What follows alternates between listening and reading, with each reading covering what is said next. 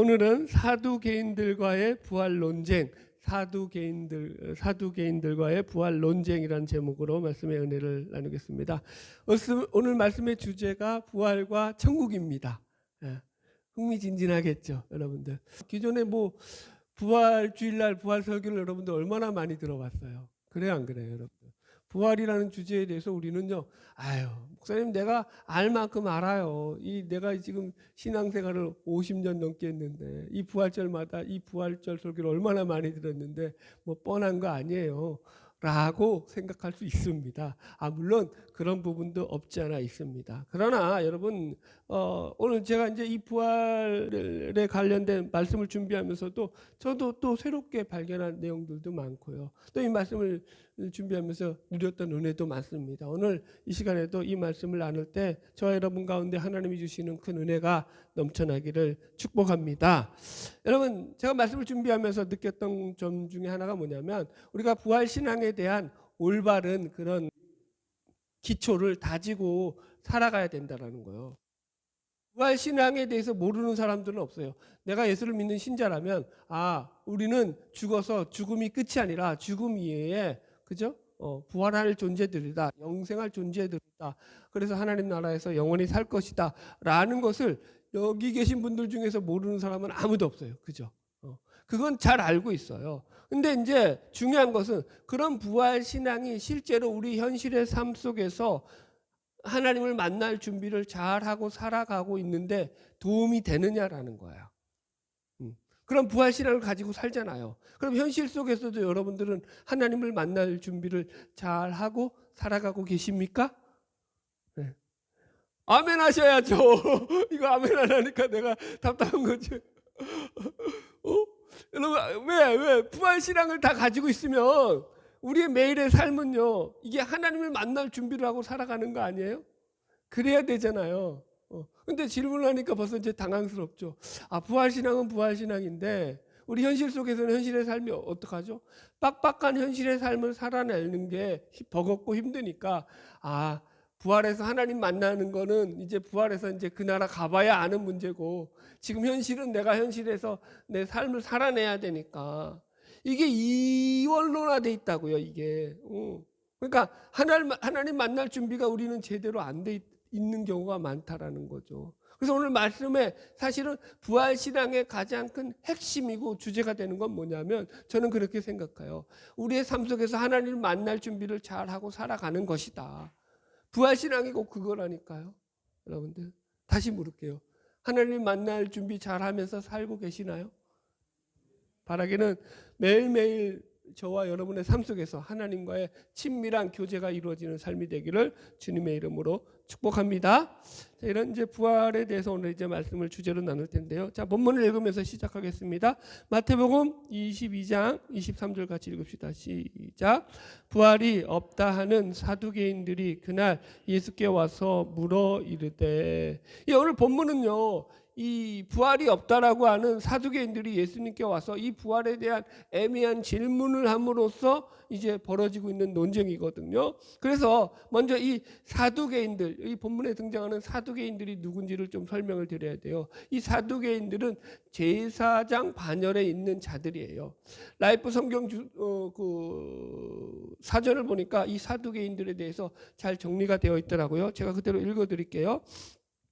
이 사두개인들은 BC 2세기경에 다수의 제사장들에 의해 형성된 유대교 당파 중의 하나로서 유대에서 정치와 종교의 구심점이라고 할 수 있는 대제사장을 중심으로 귀족들의 권익을 대변하는 일종의 정치 집단이었다 이렇게 나와요. 그러니까 쉽게 말해서 정치 지도자고 종교 지도자로서 유대인들의 그러니까 리더격에 있는 거죠.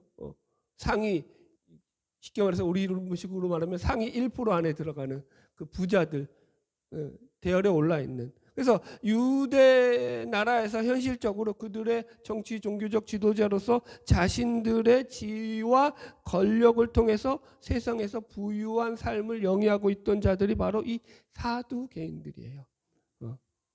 그리고 오늘 이들은요, 오늘날 식으로 표현하자면은 유물론자예요. 유물론자, 물질주의자. 그래서 이들은요, 영혼 소멸론, 영혼이 죽으면 소멸한다라고 생각해요. 육체가 죽으면 영혼도 없어지는 거예요. 물질주의적인 생각을 가지고 있죠. 그러니까 부활도 안 믿고 천국도 안 믿고 천사도 안 믿어요. 왜 그럴까요? 왜 그럴까요? 현실에서 잘 살고 있으니까. 현실에서 내가 자신들이 누릴 만큼 잘 살고 떵떵거리면서 살고 있는데 그들에게 부활이 있으면 돼요, 안 돼요? 부활이 필요가 없는 거예요. 이제 내세로 가면 그렇게 될지 안 될지 몰라요. 어떻게 될 것 같아요? 지들도 아는 거지, 속으로. 여기서 잘 살았던 것이 그게 여러분 정당한 대가로 잘 산 게 아니잖아요. 그죠? 그러니까 이 내세가 있으면 안 좋은 결과가 있을 줄 아니까 어떻게 한 거예요? 그러니까 내세를 안 믿었던 거죠. 네. 자, 이들이 이제 그래서 이 부활이 없다라고 생각했기 때문에 그들은 이 부활의 문제를 가지고 애매한 질문을 예수님께 던지면서 예수님을 걸고 넘어지는 거예요. 자, 24절로 쭉 읽어볼까요? 우리 28절까지 쭉 읽읍시다. 시작. 선생님이여, 모세가 일렀으되 사람이 만일 자식이 없이 죽으면 그 동생이 그 아내에게 장가들어 형을 위하여 상속자를 세울지니라 하였나이다. 일단 여기까지 할게요. 이게 이제 율법에 나오는 신명기 25장에 나오는 계대 결혼법이라고 하는 거예요. 그러니까 자손이 끊기지 않기 위해서, 이스라엘의 기업이 끊기지 않기 위해서 형이 자식이 없이 죽으면 그 동생이 그 형의 아내와 이 동침을 해서 자식을 낳게 하는 거예요. 자식을 갖게 만드는 거예요. 자, 25절 계속 읽읍시다. 시작. 우리 중에 7형제가 있었는데 마디가 장가들었다가 죽어 상속자가 없으므로 그 아내를 그 동생에게 물려주고 그 둘째와 셋째로 일곱째까지 그렇게 하다가 최후에 그 여자도 죽었나이다. 그런즉 그들이 다 그를 취하였으니 부활 때에 일곱 중에 누구의 아내가 되리까? 예. 그러니까 사두개인들이 그러니까 이 문제를 가지고 이 형제들 다 부활했다가 부활이 있다고 하면은 이 여인은 일곱의 형제들의 아내가 된 거 아니에요. 그렇게 됐을 때 그러면은 나중에 부활했을 때 이 여인은 과연 도대체 누구의 아내가 되느냐라고 지금 예수님에게 묻는 거죠. 이건 여기 안에 아주 사실 교묘한 트릭이 들어 있어요. 자, 이 본문의 배경이 되는 신명기 말씀을 우리 한번 찾아볼게요. 본문 책갈비로 끼워 놓으시고 신명기 25장 한번 가보세요. 신명기 25장. 신명기 25장 5절. 신명기 25장 5절. 제가 그냥 읽어드려도 되는데 찾아서 읽어드리는 게 더 정확한 이해가 되니까 같이 찾고 읽기를 바라요. 신명기 25장 5절이에요. 제 성경에는 여기 소 제목이 죽은 형제에 대한 의무 이렇게 나와 있어요. 제가 이걸 계대 결혼법이라고 이 규례 이름을 부르는 명칭이 계대 결혼법이에요. 같이 읽어볼게요. 5절부터 시작. 형제들이 함께 사는데 그중 하나가 죽고 아들이 없거든 그 죽은 자의 아내는 나가서 타인에게 시집가지 말 것이요 그 남편의 형제가 그에게로 들어가서 그를 맞이하여 아내로 삼아 그의 남편의 형제된 의무를 그에게 다 행할 것이요. 이렇게 나온단 말이에요. 왜 이렇게 하냐면 보세요. 6절 읽어봅시다. 시작. 그 여인이 낳은 첫 아들이 그 죽은 형제의 이름을 잊게 하여 그 이름이 이스라엘 중에서 끊어지지 않게 할 것이니라. 이게 뭐냐면 이스라엘의 기업을 잊게 하려는 목적인 거예요. 이스라엘 백성들은 하나님의 백성으로서 이들이 이제 하나님의 백성으로서의 기업을 잇는 것을 누구보다 중요시 여겼다라는 거죠. 그래서 이런 규례가 만들어진 거예요. 자, 8절로 쭉 읽어봅시다. 시작. 그 성읍 장로들은 그를 불러다가 7절부터 읽어야겠네요. 시작. 그러나 그 사람이 만일 그 형제의 아내 맞이하기를 즐겨하지 아니하며 그 형제의 아내는 그 성문으로 장로들에게 나아가서 말하기를 내 남편의 형제가 그의 형제의 이름을 이스라엘 중에 있기를 싫어하여 남편의 형제된 의무를 내게 행하지 아니하나이다 할 것이요 그 성읍 장로들은 그를 불러다가 말할 것이며 그가 이미 정한 뜻대로 말하기를 내가 그 여자를 맞이하기를 즐겨하지 아니하노라 하면, 그러니까 이 동생 중에서 이 형의 그 아내를 취하는 게 좋지 않은 거예요. 그래서 그걸 내가 안치하려고 하면 거부할 수도 있다는 거죠. 그렇게 되었을 때 그러면 그 여인이 그 이스라엘 백성의 장로들에게 가서 이 얘기를 했을 때 그럼 어떤 일이 발생하냐. 9절 10절 읽읍시다. 시작. 그의 형제의 아내가 장로들의 앞에서 그에게 나아가서 그의 발에서 신을 벗기고 그의 얼굴에 침을 뱉으며 이르기를 그의 형제의 집을 세우기를 즐겨 아니하는 자에게는 이것이 할 것이라 하고 이스라엘 중에서 그의 이름을 신 벗김 받은 자의 집이라 부를 것이라. 재밌죠? 그러니까 이 형제로서의 의무를 행하지 않았을 때 사실 이게 오늘날에는 큰 흠이 아닌데 오히려 이게 더 이상한 거죠. 오늘날에는 이게. 그런데 이 당시에는 그렇게 됐을 때 어떻게 했다고요? 그 아내가 장로들과 백성들 앞에서 그 자신의 의무를 이행하지 않는 그 동생, 그 형의 아우의 신을 벗겨요. 그리고 얼굴에 침을 벗겨요. 그러니까 신을 벗긴다는 의미가 뭐냐면 권리를 포기한다라는 개념이에요. 우리식으로 이해하자면. 그러니까 그가 이제 나는 내가 가진 이 권리를 포기하겠습니다라는 의미로서 신을 벗기는 일을 하거든요. 유대에서 이게 그러니까 하나의 그러니까 뭐라 해야 돼? 이게 상징적인 그런 표현이에요. 그러니까 권리를 너는 그러니까 너가 지켜야 될 권리를 이행하지 않고 권리를 포기한 자라서 신을 벗기고 침을 뱉었다는 건 그에게 수치를 줬다는 거예요. 그게 무슨 말이냐면 그러니까 그가 이 하나님의 백성으로서 이 하나님의 나라의 이 하나님의 백성의 가문을 잇고 세우는 것을 포기했다라는 거예요. 그래서 어떤 자라는 거예요? 그러니까 이 책임을 다하지 않는 그런 자로서 이런 집안은 하찮은 가문이다.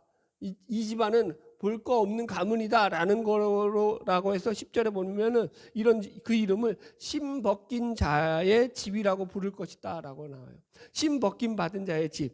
그러니까 이 집안은 하찮은 집안이야. 우리식으로 말하면 뭐예요? 이 집안은 콩가루 집안이야. 볼 거 없어. 이런 표현인 거죠. 이해하셨죠?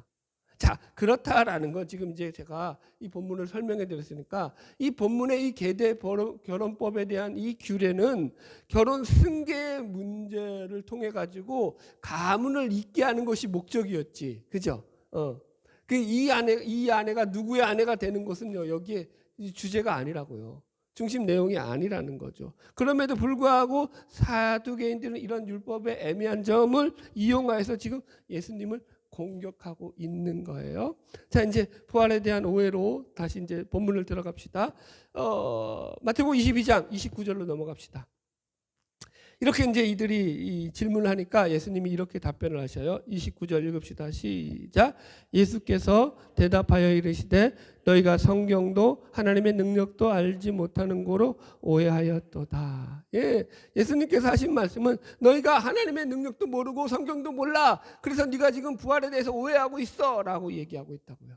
여기서 오해하다라는 이 말에 이 헬라어 원어로 보면 이게 이제 미혹이라든가 유혹에 빠져서 가던 길에서 벗어나서 엉뚱한 길로 가는 거예요.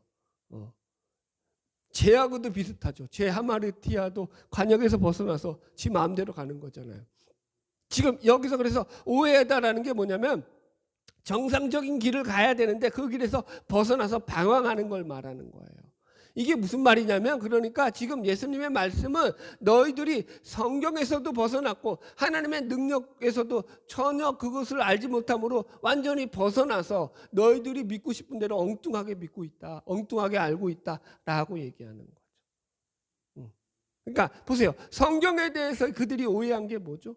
그러니까 율법을 자신들의 마음대로 임의대로 해석해서 제가 아까 앞에서 설명했죠. 원뜻은 그런 의미가 아니라고요. 가문을 잇게 하는 게 목적이었다고요. 그런데 거기서 벗어나서 지금 누구의 아내가 될 것이냐라고 전혀 생뚱맞은 주제를 가지고 지금 이걸 갖다가 임의로 해석해서 마음대로 해석하고 있다라는 거예요. 이게 틀렸다라는 거죠. 이왕 성경에 대한 이 오해의 문제가 나왔으니까 제가 부활과 관련해서 대표적으로 오늘날 이 성경을 잘못 풀고 있는 이단에 대해서 하나 말씀을 드리려고 해요. 우리 기독교 이단 가운데 제7일 안식교회라는 곳이 있어요. 혹시 거기 다니시는 분 없는 계시죠? 이 제7일 안식교회 이단은요, 뭐 문제가 많지만 대표적인 그 이제 이들의 교리 가운데 이단적인 게 뭐냐면은 이 영혼 소멸론을 주장한다는 거예요. 영혼 소멸론. 그러니까 이들의 교리는 지금 본문에 나오는 사두개인들처럼 이제 믿지 않는 자들의 영혼이 소멸된다라고 주장하는 거예요. 근데 이제 이 사두개인들의 주장은 뭐예요? 모든 인간은 다 영혼이 이제 그 내세가 없다라는 거고, 얘네들은 믿지 않는 자들의 영혼만 소멸되는 거예요. 그게 이제 차이점이에요. 그래서 이 제7일 안식교인들은요, 영혼 불멸설을 부정합니다. 왜 이런 교리를 만들었냐면 인간의 생각이죠. 인간의 어떤 그 상식적인 생각에서, 보세요. 인간의 합리적인 생각에서 이렇게 생각한 거예요. 하나님이 사랑의 하나님이라고 하잖아. 그런데 어떻게 그 사랑의 하나님이 인간을 영원한 지옥에 떨어뜨려서 영원한 형벌을 다루며 그 영원한 고통을 받게 하는 그 잔인한 일을 행할 수 있느냐? 어떻게 하나님이 그럴 수 있느냐? 여러분들 중에도 그렇게 생각하는 분 많죠. 네. 그렇게 생각하는 사람들이 많으니까 그들의 생각을 모아가지고 만드는 게 영혼 소멸론이라는 거예요. 그러니까 불의한 자들은요, 이들은 그래서 지옥도 없고 심판도 없고 죽으면 다 영혼이 소멸되고 없어진다라고 하는 거예요. 그렇게 돼버리니까 어떻게 되는 거죠? 이게 하나님이 지옥을 만들어서 영원한 고통을 당하게 하는 그런 공의의 하나님은 없어져 버리는 거죠. 사랑의 하나님만 남게 되는 거죠. 좋은 하나님, 자기들이 믿고 싶은 하나님만 주장하는 거죠. 그리고 믿는 자들은 이 부활에 대한 기억으로서 다시 영적으로 재창조된다, 뭐 이렇게 얘기를 해요. 여튼 간에 자 보세요. 중요한 것은 그럼 성경이 그렇게 말하고 있냐라는 거예요. 성경이 영혼이 소멸된다고 얘기하는 구절이 한 구절이라도 있나요? 물론 없죠.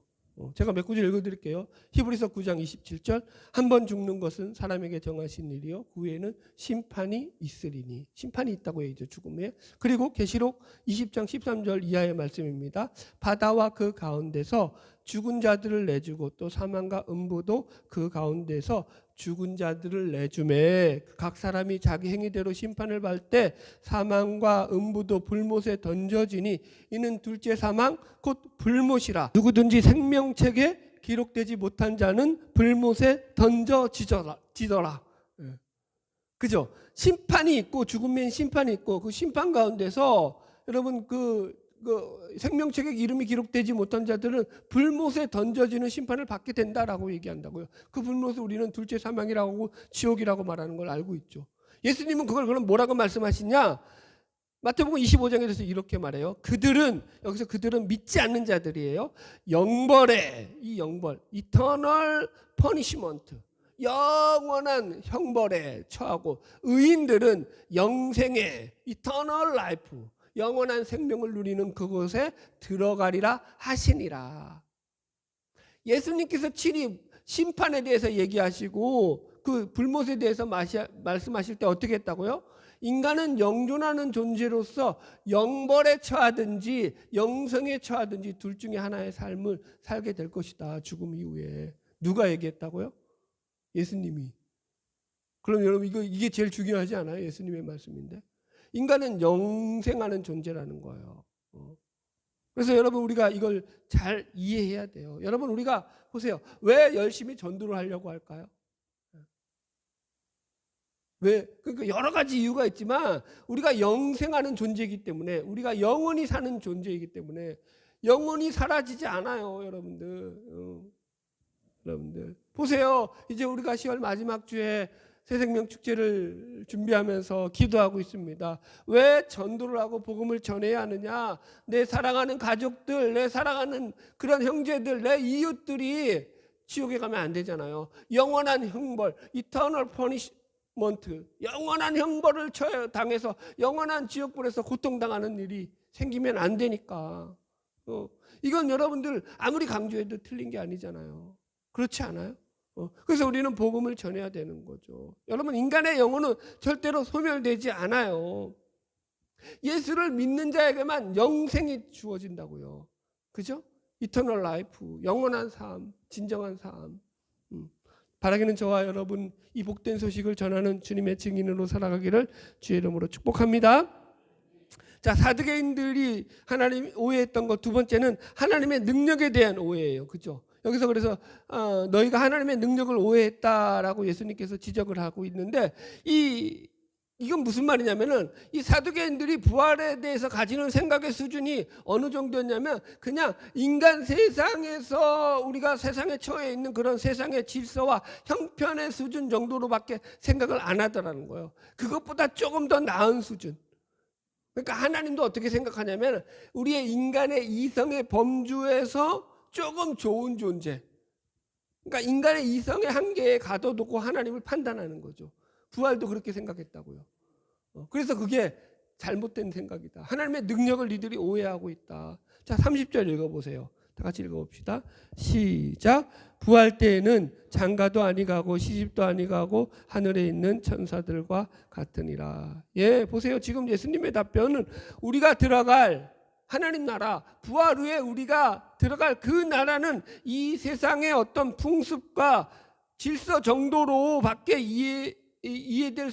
이해되지 못하는 그런 수준이 아니라는 거예요. 그것보다 훨씬 더 다른 세상이라는 거예요. 그죠? 여러분들. 제가 이제 부활에 대한 부분들을 이제 지난 수요일 날 웨스트민스터 소요리 문답을 나누면서 기독론 가운데서 그리스도의 높아지심이라는 주제로 말씀을 전했어요. 지난 수요일 날. 그래서 여러분들 그거 이제 유튜브에서 찾아보시면 저희 교회 치셔서 찾아보시면 부활에 대해서 많이 도움되는 자료들이 있으니까 보실 분들은 보세요. 보시라는 얘기예요. 여튼 거기서 말씀을 나눴는데 그 중에서 이제 제가 부활에 대해서 이제 여러분들과 함께 나누고 싶은 내용들이 있어서 좀 첨부했어요. 예를 들어서 이런 거예요. 천국에는요 경제 활동이 없어요. 천국에는 경제 활동이 없다고요. 처음 들어봤죠 이런 얘기. 네. 자 보세요. 요한복음 14장 1절 2절이에요. 너희는 마음에 근심하지 말라. 하나님을 믿으니 또 나를 믿으라. 내 아버지 집에 거할 곳이 적도다 많도다. 많도다. 여기서 아버지 집에 거할 곳, 우리가 거할 처소예요. 우리의 집이에요. 그 집이 많다는데 이 많다는 표현이 어떻게 나오면 영어로 great이에요. 그러니까 이 헬라어 원어도 마찬가지예요. 이게 많은 게 그냥 적당히 많은 게 아니에요. 그러니까 이렇게 생각하면 돼요. 그러니까 10명이 있는데 한 집이 20채가 있어요. 그러면 이게 적당히 많은 거예요. 그래서 한 사람이 2채 정도 가지고 사는 거예요. 여기서 본문에서 말하는 많다는 그런 많음이 아니에요. 10명이 있는데 집이 10,000채가 있어요. 이해했어요? 그럼 한 명당 100채씩 돌아가는 거죠. 그럼 여러분 집 가지고 싸울 일이 있을까요? 없을까요? 이해를 못하는구나. 왜? 우리는 100채로도 부족하니까 1000채 가지고 땅 투기하고 부동산 투기하는 인간들이 있으니까. 여러분 이게 그러니까 넘쳐난다는 게 뭐냐면 거기 속에서는 우리가 더 이상 부동산 투자를 해가지고 집을 사고 돈을 벌고 해야 될 이럴 필요가 전혀 없다라는 거예요. 천국은 쉽게 말해서 우리가 입을 것, 먹을 것, 마실 것을 위해서 경쟁하면서 살아가듯이 그렇게 돈을 벌기 위해서 경쟁을 하지 않는 곳이 천국이라고요. 그래서 하나님 나라는 먹고 마시는 것에 있지 않고 의와 희락과 평강이니라. 아멘? 여러분 옛날에 이 천국 간증하면서 부흥사님들 가운데서 이런 얘기 많이 했잖아요. 예, 천국에 가니까 어느 전도 많이 하고 신앙 좋은 분의 집을 가니까 의리의리한데 저쪽으로 젖어 있고 이게 신앙생활도 이게 교회도 주일도 제대로 안 나고 엉망을 했던 사람들 가니까 저기 한 구석에 판잣집 조그만한 집으로 지어져 있더라. 이거 여러분들 거짓이에요, 거짓. 물론 하늘나라에서의 상급에 대한 이야기를 하려고 그렇게 말한 거지만 성경적이지 않아요. 여러분 보세요. 천국에 갔는데 내가 집 때문에 천국에서도 스트레스 받고 살아. 이 땅에서도 집 때문에 스트레스 받고 살았는데 천국에서도 집 때문에 스트레스 받고 살면은 그게 천국이에요, 지옥이에요? 이해 가세요? 여러분 천국에 갔는데 거기 가서 여러분 내가 먹고 사는 문제 때문에 스트레스 받고 산다. 그게 어떻게 천국이에요? 성경에는요 의외로 이렇게 이 천국에서는 이런 일들이 벌어지지 않는 것을요 많이 암시를 주는 내용들이 나와요. 예를 들어 가지고 계시록에도 가잖아요. 계시록에서 보면은 이제 마지막 때 하나님께서 음녀 바벨론을 심판하시잖아요. 근데 음녀 바벨론으로 대표돼서 심판받는 부류가 어떤 부류인 줄 아세요? 어떤 부류죠? 세상의 왕들 전쟁을 일으키는 자들이죠. 쉽게 말해서 권력을 가진 자들과 두 번째 어떤 자들이라고요? 땅의 상인들이 심판을 받아요. 세상에서 무역하는 자들. 왜요? 그들이 금은 보화를 가지고 자기들의 부를 쌓잖아요. 사치를 쌓잖아요. 하나님이 그걸 심판하셔가지고 어떻게 하신다면 다시는 상품을 파는 자가 없더라라고 나와요. 이해하시겠어요? 하나님의 심판의 대상이 되는 게 이 땅에서의 경제활동이라고요. 니들의 배불려서 상대방을 갖다가 굶주리게 만들고 니들의 이익을 취해서 상대를 가난하게 만드는 이런 일들, 부익부, 빈익빈 만드는 이런 현상들이 천국에서는 없어진다고요. 상품을 파는 일이 없다고요. 천국에서 못 팔고 싶으세요? 이해하셨죠? 그러니까 잘 이해하셔야 돼요. 우리가 생각하는 이런 세상 질서의 가치와 체제로 이루어져 있잖아요. 자, 두 번째, 천국에는요 가족이 없어요. 오늘 본문에도 보세요. 부활 때는 장가도 앙리가고 시집도 아니하고 하늘에 있는 천사들과 같다라고 얘기하잖아요. 여기서 천사들과 같다라는 이 표현은요, 천국에서의 신자들의 삶의 존재 양식을 표현하는 방식이에요. 천사와 똑같다 이 얘기가 아니라 천사들이 살아가는 그런 삶처럼 살아간다는 거예요. 예를 들어서 이런 거죠. 천사들이 여러분들 예를 들어 가지고 천사들이 이성간에 누가 누구를 사랑했다라는 얘기 들어봤어요? 천사들이 누구와 누구가 결혼했다라는 얘기 들어봤어요 혹시? 그런 거 없죠. 삶의 방식에서 이런 방식을 취한다라는 거예요. 그러니까 천국은 우리가 이 세상에서 이루고 있는 어떤 정부 조직이라든가 사회 조직이라든가 가족과 같은 이런 일반적인 사회 질서라든가 조직으로 이루어지는 그런 나라가 아니다라는 거예요. 세상 나라의 가치와 기준, 질서를 가지고 천국을 바라보면 안 된다. 세상 나라의 가치와 질서와 기준에 얽매여 있지 않다. 여러분 보세요. 세상의 결혼 제도라는 것은 하나님이 창조 질서의 법칙으로서 우리에게 주신 거예요. 그렇죠? 이 땅을 살아가는 동안에 가족을 통해서 서로가 이제 인류가 보존되고 번식을 통하여서 하나님께서 말씀하신 번성하고 그죠? 창성케 되는, 번영케 되는 이런 일들을 우리에게 허락하시기 위해서 이 가족이 허락되는 거죠. 그러나 천국에 가면은요, 이 창조의 법칙은요 이미 완성된 상태라고요. 이게 더 이상 유지될 이유가 없는 거죠, 여러분. 여기에 얽매여 있지 않아요. 이제 이렇게 말하니까 또 이제 어떤 분들이 물어요. 그럼 목사님, 천국에서는 이 땅 가운데서 살 때 우리가 맺었던 그런 어떤 모든 삶이나 가족 관계 같은 여러 관계들에 대한 기억들이 다 사라지는 건가요? 그렇지는 않아요, 여러분들. 성경에서는 그렇게 말하고 있지 않죠. 예를 들어 가지고 부자 나사로 이야기 있죠. 누가복음에 나오는 거. 부자가 음부에 가고 거지 나사로가 낙원에 갔는데 음부에 간 이 부자가 자신이 생전에 살았던 자신의 가족들과 자신의 과거에 대해서 기억을 하고 있던가요? 못 하고 있던가요? 생생하게 기억하고 있다고요. 그죠? 그러니까 이 땅에서의 기억들을 다 가지고 가는 거예요. 예를 들어서 계시록 6장에 가서도 보면은 이제 다섯 번째 이인을 뗄 때에 어떤 일을 하냐면 거기 속에서도 거기 천국에 올라간 낙원에 올라간 그 성도들이죠. 성도들이 자기들이 이 땅 가운데서 이제 순교한 자들이에요. 순교한 자들이 예수의 복음을 전하다가 주의 이름을 지키다가 순교한 자들이 이 땅에서 자기들을 죽이고 그렇게 악을 행했던 저 자들을 하나님 왜 그냥 내버려 두십니까? 라고 탄원하는 그런 그들의 기도가 나와요. 이해하셨죠? 그렇다는 것은 그 위에 올라가서도 자신들의 죽음에 대해서 잘 기억하고 있다라는 거죠. 의식을 못하는 세상이 아니에요. 그럼 뭐 천국에서는 가족은 어떻게 되는데요? 그건 나도 몰라요. 그 어떻게 되는지는 구체적으로 안 나와 있으니까 천국에서. 그러나 여러분들 이 세상, 그러니까 천국에서 성경에서 말하지 않는 것까지는 못 파고 들어가요. 말하고 있는 것만 아는 거죠. 이해하셨죠?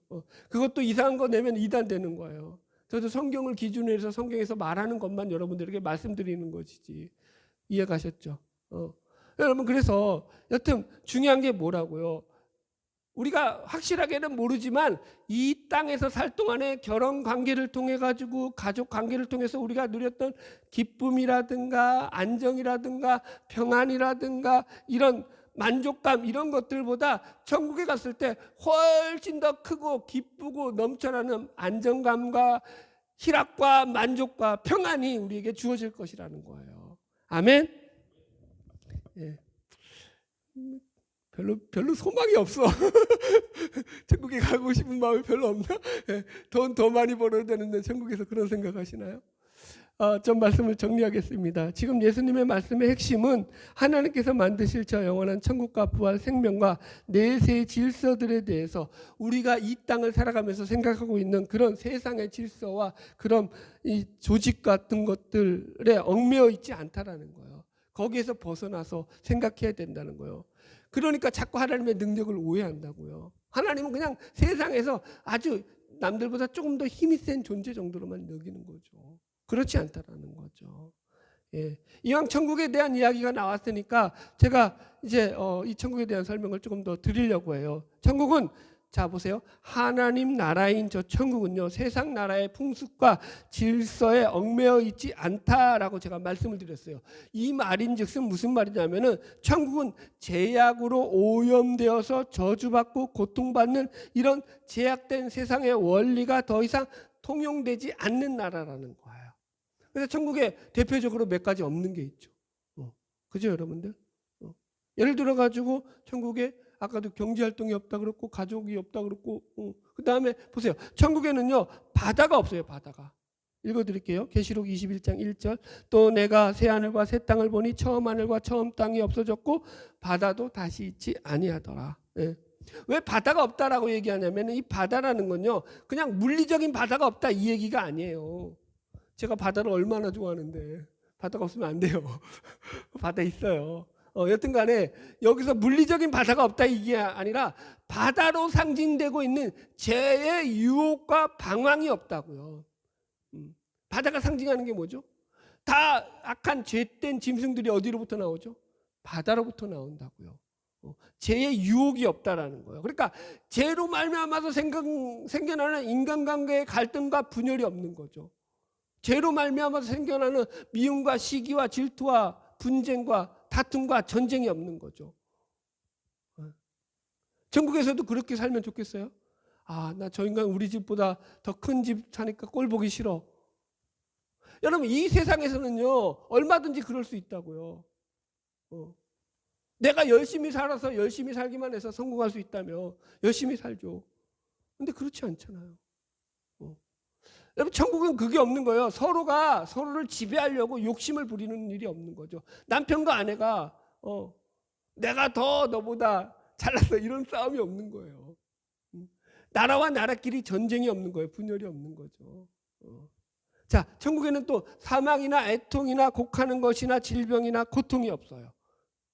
자, 계시록 21장 4절이에요. 모든 눈물을 그 눈에서 닦아주시니 다시는 사망이 없고 애통하는 것이나 곡하는 것이나 아픈 것이 다시 있지 아니하니 처음 것들이 다 지나갔습니다. 처음 것이라고 하는 것이 앞에서도 얘기했지만 죄로 말미암아서 우리에게 들어온 죄의 오염성으로 인해서 우리가 받는 고통과 저주를 말하는 거예요. 비참함을 말하는 거예요. 그러니까 천국에는 더 이상 죄의 고통으로 말미암아 우리가 흘리는 눈물이 없다고요. 눈물이 없다는 게 실제 눈물이 없다는 개념이 아니라 이해하셨죠? 천국에서도 울어야죠. 기쁜데 왜 안 울어요? 기뻐서도 울잖아요. 반가운 사람 만나면 울어야죠. 좋아서 울고. 이 눈물이 없다는 게 아니라 눈물 자체가 없다는 게 아니라 물리적 눈물이 없다는 게 아니라 내가 죄로 말미암아 고통당해서 우는 눈물이 없다고요. 얘는 산더미 같지만 시간 관계상 넘어갈게요. 또 세 번째, 천국에는 밤이 없다고 나와요. 계시록 22장 5절 다시 밤이 없겠고 등불과 햇볕이 쓸데없으니 이는 주 하나님이 저희에게 빛이심이라. 햇빛도 쓸데없대요. 밤이 없대요. 여러분들 밤이 없다라는 게 실제로 물리적인 밤이 없다 어둠이 없다가 아니라고요. 무슨 말인지 이해했죠? 밤으로 상징되는 죄로 말미암아 우리에게 닥치는 두려움과 공포가 없다고요. 여러분 어둠이 얼마나 무서워요. 네. 수요일 날도 했는데 김한소 씨가 불렀죠. 나 오늘 밤은 어둠이 무서워요. 아는데 진짜 좀 웃어주면 또 어디가 덧나냐? 야, 이렇게 열심히 하려고 노력을 하는데 여튼 그런 노래가 있었답니다. 어둠이 무섭죠. 제가 이제 옛날에 어릴 때 이제 초등학교 이제 시절이죠. 중학교 때까지도 갔던 건데 제가 이제 제 어머니 따라서 외갓집을 그렇게 뻔질나게 갔어요. 외갓집이 좋았어요. 근데 외갓집이 이제 제천 시골에 있거든요. 논길에서 혼자 만약에 이제 밤에 그게 이제 걸어가잖아요. 엄청 무섭거든요. 이제 어린애가 그래도 안 무섭다고 용기 내면서 씩씩하게 막 안 무서워 안 무서워 이렇게 걷다가 뒤에서 뭐가 바시락 하잖아요. 그 깜짝 놀라가지고 말이야. 걸어만 나서려라 죽어라고 뛰는 거죠. 집으로. 어둠이 주는 공포가 있다고요. 두려움이 있다고요. 그런데 여기서 말하는 어둠은 뭐예요? 밤은 뭐예요? 죄로 말미암아서 우리에게 있는 흑암이죠. 두려움이죠. 그리고 이거 하나만 얘기할게요. 쉽게 이해해 드릴게요. 내가 주식에 투자했어요. 그런데 아주 그냥 이 10층으로 지하 10층으로 아주 꼬로 박았어요. 그래서 이제 상장 폐지가 됐어요. 그럼 어떻게 되는 거예요? 바로 이런 거예요. 이런 거. 이런 감정. 죄로 말미암은 이런 감정들이 천국에는 없다고요. 이해 잘 가죠. 이렇게 얘기하니까. 네. 자, 넘어가겠습니다. 자, 오늘 말씀을 정리하겠습니다. 저는 오늘 말씀을 디도서 2장에 나오는 바울이 그의 제자였던 디도에게 부활에 대해서 권면하는 이 부활에 대한 권면의 말씀으로 결론을 삼으려고 해요. 디도서 2장 11절로 13절 말씀인데 같이 찾아보고 끝냅시다. 제가 읽어도 되지만 디도서 2장 가보세요. 디도서 디모데전후서 디도서예요. 디도서 2장 11절로 13절 같이 읽읍시다. 디도서 2장 11절로 13절 시작. 모든 사람에게 구원을 주시는 하나님의 은혜가 나타나 우리를 양육하시되 경건하지 않은 것과 이 세상 정욕을 다 버리고 신중함과 의로움과 경건함으로 이 세상을 살고 복스러운 소망과 우리의 크신 하나님 구주 예수 그리스도의 영광이 나타나심을 기다리게 하셨으니 이렇게 나와요. 349페이지예요. 디도서. 자, 이 말씀에 보면 신앙이 뭐냐라고 할 때 신앙은 이 세상의 정욕과 이 세상에 경건하지 않은 것들을 다 버리고, 그죠? 여기 12절에 그리고 나서 보세요. 신중함과 의로움과 경건함으로 이 세상을 살고, 그러니까 하나님 만날 준비를 하고 사는 거예요. 그러면서 복스러운 소망과 우리의 크신 하나님 그 주 예수 그리스도의 영광이 나타나심을 기다리게 하셨으니, 쉽게 말하면 복스러운 소망, 예수 그리스도의 부활의 소망을 가지고, 천국의 소망을 가지고 우리가 그것을 기대하면서 예수 그리스도를 기다리는 삶을 살아가는 거, 이게 곧 신앙이다라고 얘기해요. 이게 우리에게 주는 복음적 격려라고요. 보세요. 이 땅의 현실을 살아가는 우리의 삶 속에서는요, 하루하루를 정말로 치열하게 살지 않으면 살아내지 못할 만큼 그렇게 빡빡한 삶을 살아가고 있어요. 세상에서 우리는 별꼴을 다 보면서 살죠. 나이가 들면 들수록 세상은 요지경이라고 우리가 생각할 수밖에 없는 일들이 다반사로 발생을 하게 됩니다. 그래서 한숨이 절로 나오는 그런 현실의 절망적인 시간을 보낼 때도 있습니다. 보세요. 우리가 이렇게 힘겨운 나날을 살아가고 있지만 그럼에도 불구하고 이런 치열한 현실의 삶 속에서 한숨만 내쉬며 사는 것이 아니라 우리 그리스도에게는 영광스러운 소망이 있다. 복음의 소망이 있다. 복스러운 소망이 있다. 부활의 소망이 있다. 그것이 뭐냐? 우리가 날마다 우리의 삶에서 예수 그리스도를 기다리며 사는 것이다. 예수 그리스도를 기대하고 기다리는 거예요. 이게 바울이 디도에게 보낸 격려의 메시지예요. 이게 복음이죠. 여러분, 이 땅에서만 매몰되어서 우리가 살아가잖아요. 그러면 저 영원한 부활의 소망을 보지 못하게 돼요. 그 하늘나라가 가려진다고요. 구름이 끼면 해가 안 보이고 달이 안 보이는 것처럼, 여러분, 세상의 것들로만 우리의 주위를 가득 채우면 하나님 나라가 안 보여요. 천국이 안 보이고 부활이 안 보여요. 그래서 여러분들이 삶 속에서 부활을 매일 묵상하셔야 돼요. 습관적으로 부활을 묵상하셔야 돼요. 내 삶의 영원한 소망은 저 하늘나라가 있다. 부활을 묵상한다는 말은 다른 말로 하면은 하나님 만날 준비를 하고 사는 거라고요. 매일매일의 삶을 하나님 만날 준비를 하고 사세요. 현실에서 하나님을 만날 준비를 하는 거 사는, 내 욕심만 채우려고 살지 마시고요. 하나님 만났을 때, 죽었을 때 그때 하나님 만나면 그러면 되는 거지. 그런 거 없어요. 아마 그때는 늦을 확률이 더 높아요. 그렇게 생각했다면. 잘 준비하세요. 부활의 소망을 가지고 그리스도를 기다리며 사는 거예요. 예수를 기대하며 기다리며 사는 거예요.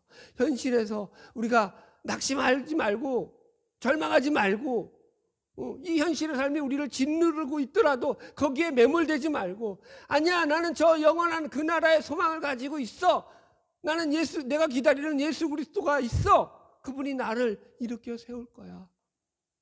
바라기는 저와 여러분, 이 부활의 소망을 가지고 하나님 만날 준비를 잘하면서 살아가는 저와 여러분이 되시기를 주님의 이름으로 축복합니다.